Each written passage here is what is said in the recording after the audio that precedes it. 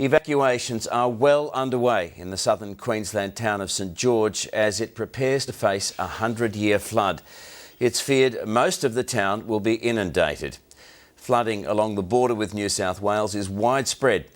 The worst appears to be over at Roma, where the water's now receding, but not so at Charleville, where the Warrego River is still rising, and the small town of BALONNE, which copped a drenching yesterday, though it might have been worse. The main area of concern, though, is St George, which is expecting a record flood peak tonight. It's from St George that the ABC's Paul Lockyer reports tonight.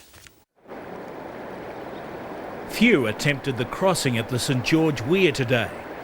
The bridge has been swamped by fast-flowing floodwaters that have been spreading higher and wider with every passing hour.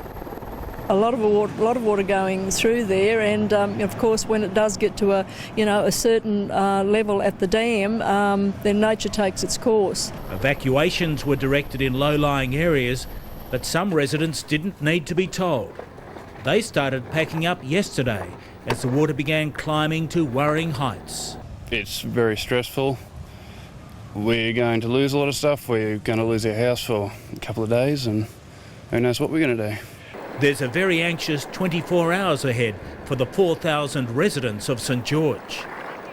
All floods out here are measured against the biggest of them all, the flood of 1890, which left only 2 spots in St George high and dry. Well, the 1890 flood was 13.1 metres here in St George. This one's predicted to be 14 metres, and so I would imagine that this will be the flood that will be referred to as legendary in the future. Tomorrow will tell just how big this flood will get. In the meantime, precious possessions and pets are on the move. Yes, Lucky would have been swimming in a cage. So, yeah, we're best to relocate and put it up to high ground. That which can't be moved, stacked high in hope. Like, furniture's replaceable. As long as our children and our family's safe, we're happy with that.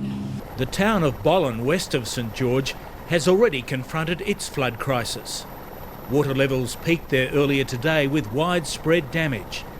But there was one resident celebrating. 84-year-old Joyce Winks resisted all calls to evacuate and saw off yet another flood. Paul Lockyer, ABC News.